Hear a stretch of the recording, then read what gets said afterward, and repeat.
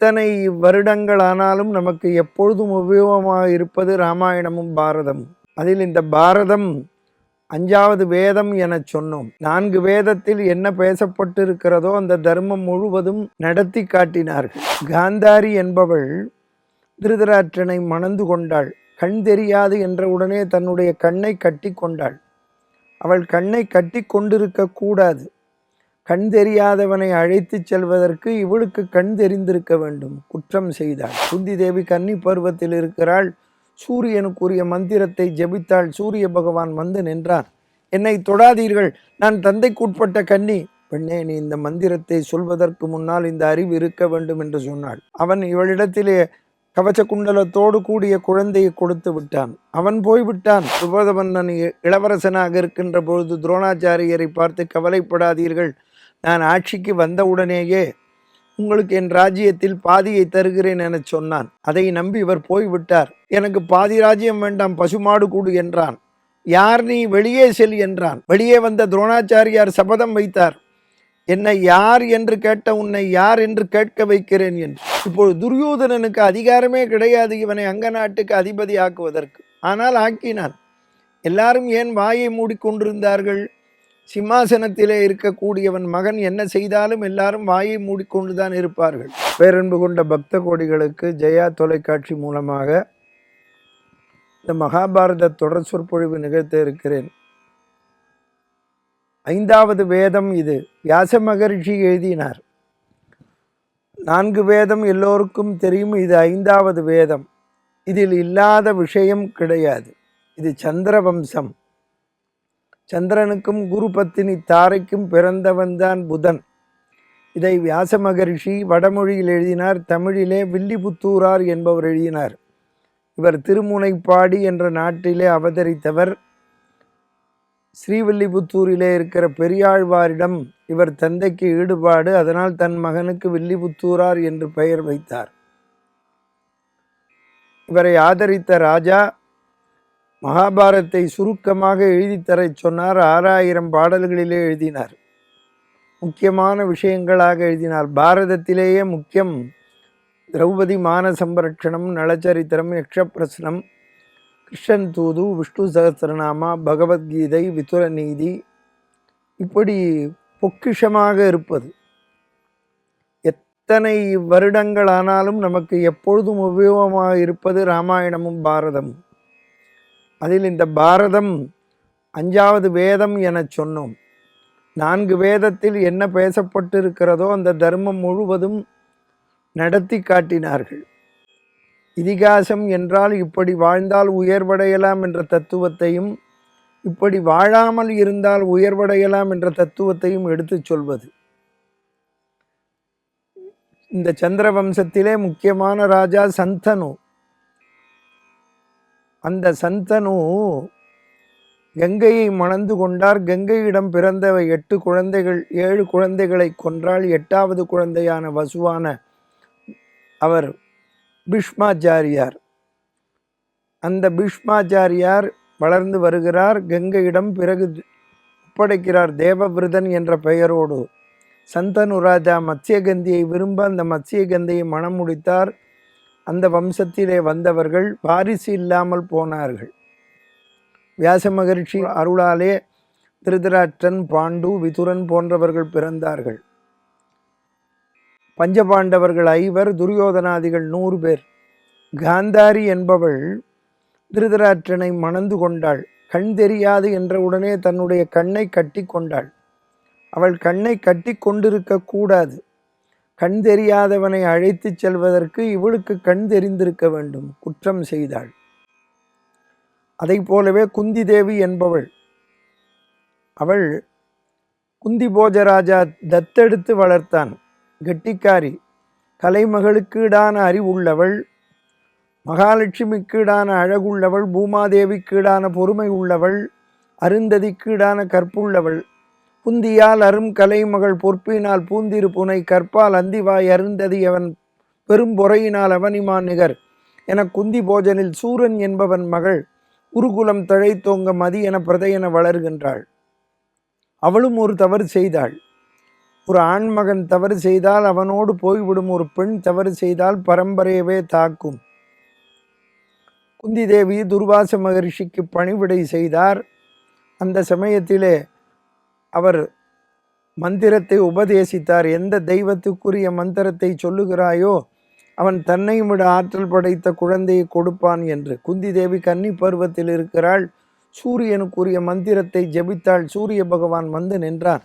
என்னை தொடாதீர்கள், நான் தந்தைக்குட்பட்ட கன்னி. பெண்ணே, நீ இந்த மந்திரத்தை சொல்வதற்கு முன்னால் இந்த அறிவு இருக்க வேண்டும் என்று சொன்னாள். அவன் இவளிடத்திலே கவச்ச குண்டலத்தோடு கூடிய குழந்தையை கொடுத்து விட்டான். அவன் போய்விட்டான். இவள் என் செய்வாள்? அதைத்தான் வள்ளுவர் அழகாக ஒரு குறள் எழுதுகிறார் குந்தி தேவியை வைத்து. செய்யக்கூடாததை செய்தாலும் கஷ்டம், செய்ய வேண்டியதை செய்யாமல் போனாலும் கஷ்டம். செய்தக்க அல்ல செய்யின் கெடும், செய்தக்க செய்யாமையாலும் கெடும். ஆற்றிலே விடுத்துகிறாள். வைரம் வைடூரியத்தோடு தான் அணிந்திருந்த புடவையும் பக்கத்திலே வைத்து விடுக்கிறாள். அஸ்வதி என்ற நதியிலே விட அது கங்கையில் கலக்க, கங்கை பிரபாகமாக அரவணைத்து கொண்டு வருகிறாள். திருதராட்சனுக்கு ஒரு தேரோட்டி அதிரதன் குழந்தை இல்லாதவன் பெட்டியை திறந்து பார்க்கிறான். இந்த காலத்திலே பெட்டியை தொடாதீர்கள் என்கிறார்கள். அன்று அவன் பெட்டியை திறந்தான். பாருங்கள், குழந்தை. சூரிய பகவான் சொல்லுகிறார் அசரீரிலே, வசுசேனன் என்று பெயர் சூட்டுவாய் என்று சொல்லுகிறார். வசுசேனன் என்றால் கொடுப்பதில் வல்லவன். அந்த கதிரவன் அருளினால் வளர்கிறான். குழந்தையாக இருக்கின்ற பொழுது தவழ்ந்து வரும்பொழுது அது வழியாக 7 முனிவர்கள் போனார்கள். அதிலே வசிஷ்டர் சூரியனுடைய புத்திரன் அல்லவா, குழந்தையை பார்த்தவுடனே அவர் தூக்கி வைத்து கொஞ்ச ஆசைப்படுகிறார். நாம் எப்படி குழந்தையை கொஞ்சுவோம்? என் கண்ணே என்று அழைப்போம். இவரும் அழைக்கிறார், என் கண்ணே இங்கே வா என்று. இவருடைய தாடியையும் இவருடைய காவி வஸ்திரத்தையும் பார்த்த அந்த குழந்தை, கர்ணன் இருக்கிறானே, காதிலே குண்டலத்தோடு பிறந்ததால் கர்ணன் என்ற காரண பெயர். தலையிலே தன் தாய் வைத்த நெற்றி பட்டயத்தை கழட்டி கொடுத்தான். இதை பார்த்தவுடனே அசந்து போனார் வசிஷ்ட மகர்ஷி. இவன் யார் வந்து எதை கேட்டாலும் கொடுக்கின்ற வள்ளல், இவன் தாயை வணங்குகிறேன் என்றாள். அந்தி யாரழல் என பருதியின் ஒளி கொண்டபின் அணிமாட குந்தி போஜன் மாமடமகள் எழில் நலம் கொண்ட கொள்கைகளாகி இந்திராதிபர் அவரவர் முகம் மலர்ந்து இறந்தன தரத்தக்க மைந்தனானவன் ஒருவனை பயந்தனள் மாசிலாமணி என்ன. பாண்டு சக்கரவர்த்தியை மணந்து கொண்டாள். மதிரா தேவியும் மணந்து கொண்டான் பாண்டு சக்கரவர்த்தி. இறைவனுடைய ஒவ்வொரு தேவதையினுடைய அருளினால் 5 குழந்தைகள் பிறக்கிறார்கள். இங்கு 100 குழந்தைகள் பிறக்கிறார்கள். ஒரு பெண் குழந்தையும் உண்டு. இந்த 5 பேரும், அந்த 100 பேரும் துரோணாச்சாரியாரிடத்திலே விற்பயிற்சி பெறுகிறார்கள். கர்ணனும் விற்பயிற்சி பெறுகிறான். ஆனால் அவனை ஏற்றுக்கொள்ளவில்லை. என்ன என்று பார்க்க இருக்கிறோம். 105 பேரும் வளர்கிறார்கள். 105 பேருக்கும் அரங்கேற்றம் செய்தான் துரோணாச்சாரியார், செய்ய இருக்கிறார். இந்த துரோணாச்சாரியார் என்பவர் யார்? அவர் ஒரு அந்தணர். அவர் பிற்காலத்திலே அவர் வில்லையும் அம்பையும் ஏந்தக்கூடியவராகிவிட்டார். காரணம் அவருடைய வறுமை. துருபத மன்னனிடத்திலே அவர் ஒன்றாக படித்தார். துருபத மன்னன் இளவரசனாக இருக்கின்ற பொழுது துரோணாச்சாரியரை பார்த்து, கவலைப்படாதீர்கள், நான் ஆட்சிக்கு வந்தவுடனேயே உங்களுக்கு என் ராஜ்யத்தில் பாதியை தருகிறேன் என சொன்னான். அதை நம்பி இவர் போய்விட்டார். அவனுடைய அரண்மனையிலே போய் நிற்கிறார். மன்னன் சிம்மாசனத்திலே இருக்கிறான் துர்பதன். இவர் போய் நிற்கிறார். யார் நீ என கேட்கிறார். மன்னா, என்னை நன்றாக பார், நானும் நீ அங்கி வேச முனிவிடத்திலே ஒன்றாக படித்தோம், நினைவில்லையா மன்னா? அரசனுக்கும் ஆண்டிக்கும் என்ன சம்பந்தம்? இவரை யார் உள்ளே விட்டார்கள், வெளியே அனுப்புங்கள் என்றால், மன்னா நன்றாக பார், நான் ஒரு ஏழை அந்தணன். என்னுடைய மகன் அஸ்வத்தாமனுக்கு வளர்ப்பதற்கு வசதி இல்லை. மாவை கரைத்து கொடுக்கலாம் என்றாலும் அதுவும் வசதி இல்லை. ஒரு பசுமாடு கொடு, எனக்கு பாதி ராஜ்யம் வேண்டாம், பசுமாடு கொடு என்றான். யார் நீ, வெளியே செல் என்றான். மாவின்பாலே என்று மரபுக்குரிய மைந்தனும் ஆவின்பால் கண்டறியான கோவின்பால் எய்துதலும் கோமகன் யார் நீ? வெளியே வந்த துரோணாச்சாரியார் சபதம் வைத்தார், என்னை யார் என்று கேட்ட உன்னை யார் என்று கேட்க வைக்கிறேன் என்று. அரங்கேற்ற மண்டபத்தை தீர்மானம் செய்தார் துரோணாச்சாரியார். 105 பேருக்கும் அரங்கேற்றம் நடந்தது. அவர் ஏழ்மையிலிருந்து முன்னேறியவர். அவர் பேசுகிறார், சபையோர்களே கேளுங்கள், இந்த அர்ஜுனனுக்கு ஈடாக யாரேனும் இருந்தால் மேடைக்கு வரலாம். 2ஆம் முறை சொல்லுகிறேன், அர்ஜுனனுக்கு ஈடாக யாரேனும் இருந்தால் மேடைக்கு வரலாம் என்றார். 3ஆம் முறை சொல்லுகிறேன், யார் இருக்கிறீர்கள் என்றால், எழுந்திருக்கிறான் குந்தி பெற்ற சிங்கம், பருதி பெற்ற காளை, பரசுராமரின் சீடன் எழுந்திருக்கிறான் கர்ணன். யார் நீ? பிறப்பறியாதவன், தேரோட்டி மகன், மன்னன் மகனோடு யுத்தம் நடத்த அருகதையற்றவன் என கூறுகிறார்கள். புராண காலத்திலிருந்தே நம் நாட்டில் ஜாதியை பார்த்தே கெட்டு போய்விட்டோம். அந்த காலத்தில் உண்டு என்று பார்த்தார்கள், இந்த காலத்தில் இல்லை என்று பார்க்கிறார்கள். அதைத்தான் ஔவையார் அழகாக சொன்னார்கள், ஜாதி இரண்டொழிய வேறில்லை. இவா 2 ஜாதின ஒன்று ஆண் பெண் என்கிறார்கள். ஆண் பெண் அல்ல. சாற்றுங்கால் நீதி வழுவா நெறிமுறையில் இட்டார் பெரியோர் இடாதார் இடிகுலத்தோர். கொடுக்கிறவர்களெல்லாம் உயர்ந்த ஜாதி, கொடுக்காதவன் தாழ்ந்த ஜாதி. அவன் தன் தாயை நொந்து கொண்டு கீழே இறங்குகிறான்.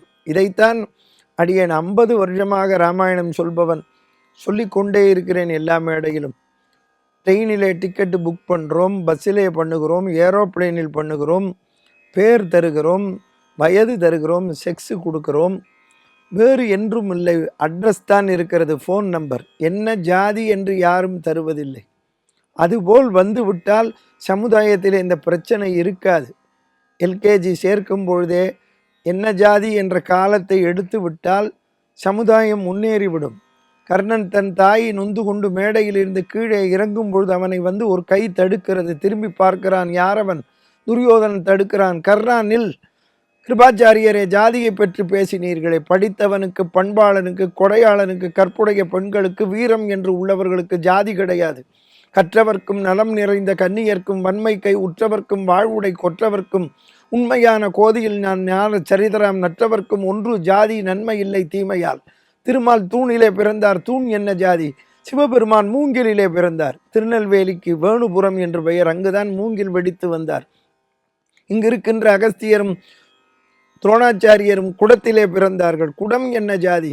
இங்கு இருக்கின்ற பீஷ்மாச்சாரியரும் முருகக் கடவுளும் தண்ணீரிலே பிறந்தார்கள். தண்ணீர் என்ன ஜாதி? அரி பிறந்ததென்று தூணில் அரணும் வேயிலானான். பறவை உண்ட முனியும் பரத்துவாஜன் மைந்தனும் ஒருவையின் கண் பிறந்தது ஒன்சரத்தில் அறிவையன்றிய முருகக் கடவுளும் அடிகளும் பிறந்ததே என்று நல்ல உரை எடுத்து எம்பி ஏனை இழிவினோடு ஒன்றி நின்ற ஆடகத்தை ஓட வைக்கும் ஆறுபோல் அன்று சூதன் மதலை தன்னை அங்கராசனாக்கினான்.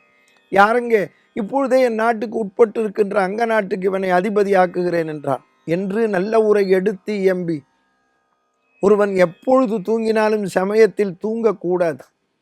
ஒரு பள்ளிக்கூடத்தில் ஒரு வாத்தியார் 10 நிமிஷம் பாடம் நடத்துவார், 30 நிமிஷம் தூங்குவார். எப்படி தூங்குவார்னா, சேரில் உட்காந்து 2 காலையும் மேஜையில் போட்டு தூங்கினார்.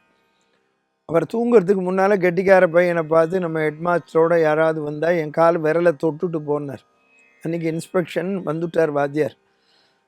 இந்த கெட்டிக்கார பையன் போய் விரலை தொட்டான். இப்படி தூங்கி கொண்டிருந்த சிங்கத்தை அந்த எலியானது தீண்டவேன்னர். இந்த இன்ஸ்பெக்டர் பார்த்தார், ஆகா, நான் பார்த்த பள்ளிக்கூடத்திலேயே பாடத்தை நடிச்சுட்டே நடத்துகிற வாத்தியார் இவர் தான், இவரை போய் தூங்குறாரு. நான் யூ ப்ரொசீடுன்னர். எது தூக்கத்தையா? இந்த வாத்தியார் பேருக்கு நேரம் 100 ரூபாய் இன்க்ரிமெண்ட் எழுதி வச்சுட்டு போனார். அதனால் என்று நல்ல உரை எடுத்து எம்பி என்ற உரைங்களை என்று நல்ல உரை எடுத்து எம்பி. இப்போது துரியோதனனுக்கு அதிகாரமே கிடையாது இவனை அங்க நாட்டுக்கு அதிபதி ஆக்குவதற்கு. ஆனால் ஆக்கினான். எல்லாரும் ஏன் வாயை மூடிக்கொண்டிருந்தார்கள்? சிம்மாசனத்திலே இருக்கக்கூடியவன் மகன் என்ன செய்தாலும் எல்லாரும் வாயை மூடிக்கொண்டுதான் இருப்பார்கள். ஆனால் கர்ணனுடைய கதாபாத்திரத்தில் பார்க்க வேண்டும். கர்ணன் கட்டி அணைத்தான் துரியோதனனை. என் உயிர் பிரிந்துதான் உன் உயிர் பிரியும். துரோணாச்சாரியாரை கட்டி வந்தான் அர்ஜுனன். அவன் யாகம் செய்து திரௌபதியை பெறுகிறான், திருஷ்டத்யும்னனை பெறுகிறான். அசரீரு சொல்லியது, இவளால் இந்த குலம் அழிந்து விடும் என்று. ஆக போட்டி என்பதும் பொறாமை என்பதும் கூடாது என்பதை எடுத்து காட்டுவதற்காகவே இந்த பாரதம். போட்டி என்பது செயலளவில் தான் இருக்கலாம், அது பொறாமையாக மாறிவிடக்கூடாது. ஒருவரை பார்த்து நாம் முன்னேற வேண்டும் என்ற எண்ணம் இருக்கலாம், அது நல்ல எண்ணத்தோடு இருக்க வேண்டும், நல்ல விதத்தில் இருக்க வேண்டும். அதனால் இதை புரிந்து கொள்ளுங்கள் எல்லோரும். ஆக இந்த 5 வளர்கிறார்கள், 105 பேரும் வளர்கிறார்கள். பிறகு அரக்கு மாளிகையிலே தீ வைக்கிறார்கள். அப்படியே சென்று திரௌபதியை மணந்து கொண்டு வருகிறார்கள். இந்திரபிரஸ்தம் பிரிக்கப்படுகிறது. அந்த இந்திரபிரஸ்தத்தை தர்மபுத்திரன் ஆட்சி செய்து வருகிறான். இங்கு அஸ்தினாபுரத்திலே திருதராஷ்டிரன் ஆண்டு வருகிறான். அப்பொழுது நாரத மகரிஷி தர்மபுத்திரனை காண வருகிறார். ஏ தர்மபுத்திரா, உன் பிதாவை தேவலோகத்தில் பார்த்தேன், ராஜசூய யாகம் செய்ய வேண்டும் என்று ஆசைப்பட்டார் என்று நாரத மகரிஷி கூறுகிறார். இந்த யாகம் செய்தால் என்ன பலன், யாகத்தின் பெருமை என்ன என்றெல்லாம் நாரத மகரிஷி சொல்லுகிறார். அதை நாம் தொடர்ந்து அனுபவிப்போம். வசுதேவ சுதம் தேவம் கம்சச்சாணூரமர்தனம் தேவகி பரமானந்தம் கிருஷ்ணம் வந்தே ஜெகத்குரும் என்று கூறி இந்த அளவில் திருநிறைவு செய்கின்றேன்.